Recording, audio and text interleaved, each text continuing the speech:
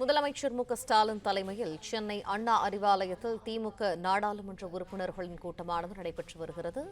கூடுதல் தகவல்களை எமது செய்தியாளர் ஜெபசன் வழங்க கேட்போம். ஜெபசன், தகவல்கள் என்ன?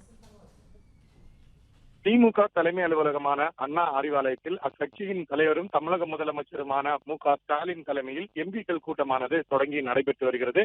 நாடாளுமன்ற குளிர்கால கூட்டத்தொடர் வரும் டிசம்பர் 1ஆம் தேதி முதல் 19ஆம் தேதி வரை நடைபெற உள்ள நிலையில்தான் இந்த கூட்டமானது நடைபெற இருக்கிறது.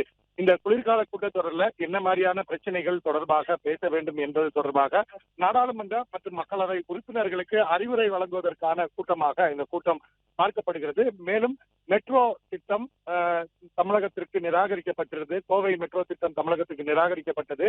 எஸ்ஐஆர் விவகாரம் தொடர்பாக நாடாளுமன்றத்தில் திமுக எம்பிக்கள் பேச இருப்பதாக சொல்லப்படுகிறது. இது மட்டுமல்லாமல் மாதந்தோறும் என்ன மாதிரியான திட்டங்களை எம்பிக்கள் தொகுதியில செய்திருக்கிறார்கள் என்பது தொடர்பாக திமுக தலைமைக்கு அறிக்கை கொடுக்க வேண்டும் என்று தமிழக முதலமைச்சர் உத்தரவிட்டிருந்தார். அது மட்டுமல்லாமல் எஸ்ஐஆர் பணிக்கு எம்பிக்களுடைய செயல் என்னவாக இருந்தது, அவர்கள் என்ன மாதிரியான கட்சியினரோடு சேர்ந்து என்ன மாதிரியான விஷயங்களில் ஈடுபட்டார்கள் என்பது தொடர்பாகவும் அவர்களிடம் கேட்டறிவதோடு மேலும் இருக்கக்கூடிய சில நாட்கள் எவ்வாறு செயல்பட வேண்டும் என்பது தொடர்பாகவும் அவர்களுக்கு ஆலோசனை வழங்கி வருவதாக தகவல் வெளியாகி இருக்கிறது. நன்றி ஜெபசன், விரிவான தகவல்களுக்கு. பிளே ஸ்டோர் மற்றும் ஆப் ஸ்டோரில் இருந்து பாலிமர் செயலியை QR கோடு மூலம் பதிவிறக்கம் செய்யுங்கள். செய்திகளை உடனுக்குடன் பெறுங்கள்.